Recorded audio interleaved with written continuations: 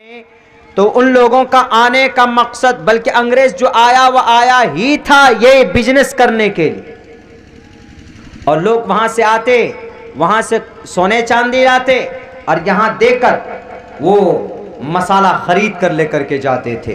तो super power ताकत state अगर कोई था तो मैसूर था।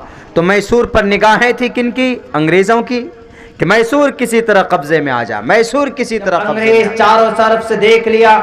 जब यहाँ पर 1755 में जब बंगाल में जीत कर गए, जब ये बक्सर, अपने बिहार का बक्सर, यहाँ पर जब यहाँ पर ये मैदान भी जीत लिया अंग्रेजों ने, बंगाल में, बिहार में, तकरीबन अक्सर जगहों के ऊपर अंग्रेज कोई किसी की जमीन पर कब्जा करता है, गलत करता है, तो आप उसको रोको। It's your great responsibility as a Muslim. The Prophet Muhammad said in the holy हदीस, मन रआ मिनकुम मुनकरन फलयुगय्यिरहु बियदी, अपने हाथों से बदल डालो। फइल्लम यस्तती फबिलिसानी, अगर वो दबंग है, अगर वो मुखिया जी का बेटा है, एमएलए साहब का करीबी रिश्तेदार है, फइल्लम यस्तती फबिलिसानी, तो अपनी जुबान से आवाज बुलंद करो कि ये गलत हो रहा है, तुम गलत कर रहे हो। शरीयत के भी खिलाफ है, ह्यूमैनिटी के भी खिलाफ है, समाज के भी खिलाफ है। फइल्लम यस्तती फबिक़ल्बी, जुबान से भी आवाज नहीं बुलंद करेंगे, आपको जेल हो जाएगी, आप पर टॉर्चर किया जाएगा आपको। तो फइल्लम यस्तती फबिक़ल्बी, तो दिल से बुरा जानो कि ये जो वर्क है, जो काम हो रहा है, ये गलत है, कुरान और हदीस की रोशनी में गलत। फौज तैयार करते, और फौज तैयार करने के बाद जब 15 साल उम्र हो जाती है टीपू सुल्तान की, साफ नाम लेकर बयान कर रहा हूं, इतिहास है, बताना जरूरी है, क्योंकि यही वो मुजाहिद है जिनकी शहादत के बाद, और जो एक बहुत बड़ा रोड़ा और पत्थर बना हुआ था अंग्रेज की साम्राज्य को यहाँ पर कायम करने में, रुकावट बने बैठे थे, यही टीपू सुल्तान ने उनके नाक में नकेल डाल दिया था, गले का हड्डी बन गए थे। इसीलिए इनके तारीख को बताना जरूरी। यही वो टीपू सुल्तान है। हिंदू भाई इल्जाम लगाते, उठाओ अपनी हिस्ट्रिकल किताब को देखो, आदिवासी औरतों को जिनको नंगा करते थे उस वक्त के ब्राह्मण लोग, जो उनके पेस्तान को काट कर सब्जियां सालन बनाकर खाते थे, उनकी इज्जत व आबरू से खिलवाड़ करते थे। 100 लड़कियों को नंगे कर कर, जो ज्यादा खूबसूरत होती थी तो उनके साथ अपने हवस को मिटाते थे उस वक्त के ब्राह्मण खानदान की ऊंची जाति के लोग। किनको? शूद्र औरतों को। तारीख मालूम करो मेरे नौजवानों, मेरे साथियों, मेरे हिंदू और मेरे मुस्लिम भाइयों। मैं इसलिए कहता हूं कि आंख बंद कर कर किसी के ऊपर जजमेंट देने से ज्यादा बेहतर है कि आप उसकी तारीख को पढ़ो। आप सबसे पहले आपके कम से कम 5 ऐसे हिस्ट्रिकल और राइटर ने इनकी किताब, इनके नाम historical Tipu, the history of Tipu, the history of Mysore, इनके अंदर ऐसी बातें लिखी है टीपू सुल्तान के बारे में, जो मुसलमान नहीं थे बल्कि चरण सिंह हिंदू थे, उन्होंने इनकी तारीख लिखी।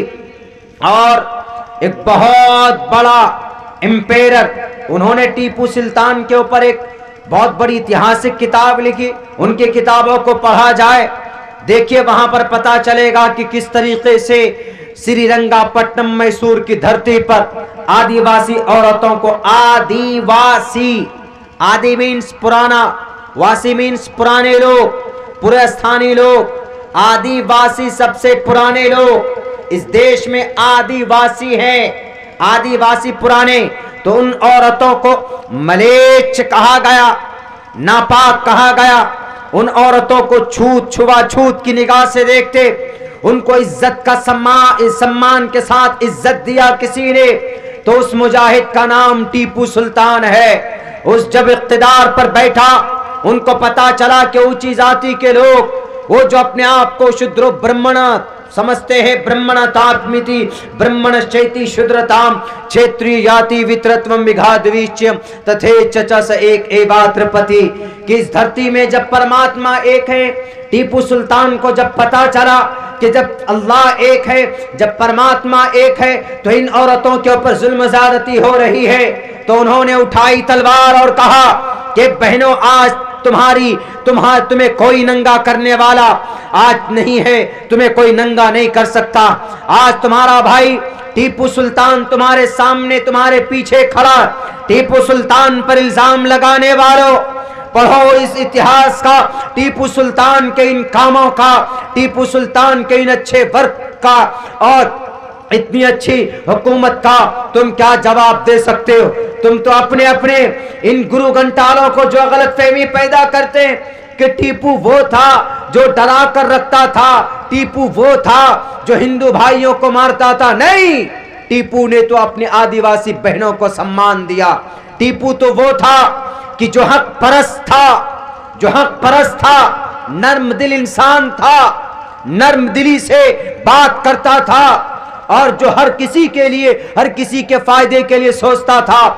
जब फ्रेंच से यानी फारस से जब लोग आते थे, वहां उस वक्त में चर्च उनके लिए बनाकर देने वाला अगर कोई है तो सबसे पहले भारत के अंदर टीपू सुल्तान ने चर्च बनाकर उनको सम्मानित किया। क्या आपका जो भी अकीदा हो, आप अपने अकीदे के मुताबिक अपने परमात्मा की, अपने ईश्वर की पूज्य प्रार्थना कीजिए। मेरे भाइयों, यही वो टीपू सुल्तान है जिन्होंने उन औरतों, आदिवासी औरतों को, ऊंचे जाति के लोगों से जो मजलूम जुल्म किए गए थे, उन पर जुल्म ज़्यादती की गई थी, उनको सम्मान अगर किसी ने दिया तो शख्स का नाम टीपू सुल्तान। आज टीपू सुल्तान की हकीकत हम में कोई नहीं जानता। मेरे भाइयों, हमने बताया रात और आज भी बताता हूं और बताऊंगा, अगले 2-3 दिन तक अपनी तकरीर का एक हिस्सा बनाऊंगा। टीपू सुल्तान की यौमे पैदाइश मनाना तो हमारे यहाँ गलत है, बर्थडे नहीं मना सकते, लेकिन कम से कम ये बता सकते हैं कि आज की तारीख में अब से 150-200 साल पहले एक बहुत बड़ा मुजाहिद पैदा हुआ था आपकी धरती में, आप ही में से था। वो कोई शहनशाह का बेटा नहीं था, पर उसका बाप तो सिपह सालार था, फौजी कमांडर था, लेकिन उसके बाप के ऊपर जुल्म ज़्यादती की गई, शहर से बाहर कर दिया गया था। 5 साल मेहनत की, हुकूमत से टक्कर मुकाबला हुई। ये टीपू सुल्तान जिसने 15 साल की उम्र में सबसे पहले जंग में शरीक हुए। हमारे नौजवान हो सकते हैं 15 साल की उम्र में किसी प्रोटेस्ट में। आज फिर भी हमें गर्व है बात पर कि किसान लोग जीत गए, लेकिन किसानों ने प्रोटेस्ट करना कहां से सीखा? किसानों ने प्रोटेस्ट करना सीखा CAA वाले प्रोटेस्ट से। और CAA का प्रोटेस्ट किसने किया था? मुस्लिम माओं ने की थी। 103 दिन तक ये प्रोटेस्ट चला था 124 शहरों के अंदर, CAA वाला प्रोटेस्ट। उसी प्रोटेस्ट से सीख कर किसान लोग भी आए और उन्होंने भी ऐसी प्रोटेस्ट की, ऐसा एहतजाज किया उन्होंने कि पूरी तीनों कानून को वापस लेने पर मजबूर होना पड़ा। तो इससे ये पता चलता है कि इस देश में पावरफुल प्रधानमंत्री नहीं है, इस देश में पावरफुल आप हैं, जनता। वो चाहे तो दिशा बदल सकती है, वो चाहे तो कुर्सियों पे जो बैठे हुए लोग होते हैं उनको कान पकड़कर नीचे उतारा जा सकता। 15 साल की उम्र में टीपू सुल्तान, उनके अब्बा मोहतरम का इंतकाल 1765 में 69 में अंग्रेज़ों से मुकाबला हुआ, धूल चटा दे। जब 1789 को इनके अब्बा मोहतरम का इंतकाल हो जाता, टीपू सुल्तान का तो नर्वस नहीं होते मेरे भाइयों, बल्कि आगे सफ़र जारी रखते, अपने लोगों को तसल्ली देते, अपनी रियाया के साथ हमदर्दी का मामला करते। तारीख गवाह है कि टीपू सुल्तान, इतिहास में लिखने ये बात लिखी अपनी किताब में कि टीपू सुल्तान वो था जो रातों को किताब का मुताला करते करते सो जाता था और तहज्जुद की नमाज उड़कट पढ़ता था। बादशाह है, एम्पायर है, ताकतवर है, दौलत है, और फिर भी अल्लाह से डरता है। आजकल का होगा, इख्तिदार में आया हुआ कोई लीडर, मुखिया जी बन गए तो जनाब बस सो जाते, तहज्जुद उनकी जिंदगी में कभी नहीं। एमएलए साहब बन गए, रेडीमेड एमएलए बहुत बनते हैं आजकल, मेहनत किसी और की और कुर्सी इख्तिदार पर बैठे कोई और बैठते। तहज्जुद की नमाज तो दूर की बात, फर्ज नमाज नहीं पढ़ते, वो समझते हैं कि हम ही खुदा। टीपू सुल्तान तहज्जुद की नमाज पढ़ते, तहज्जुद की नमाज के बाद इंतजार करते थे फजर की नमाज के अजान का। अजान होती, फजर की नमाज पढ़ते, डायरेक्ट अपने हुजरे में जाते थे, वहां पर 1 घंटे तक कुरान करीम की तिलावत करते टीपू सुल्तान रहमतुल्लाहि अलैह। और मस्जिद में जब ये जाते थे तो मेन दरवाजे से शामिल नहीं, अंदर नहीं घुसते थे, बल्कि दरवाजे दाएं या बाएं तरफ से जाते ताकि लोग इनको देखकर अदब में खड़े ना हो जाएं।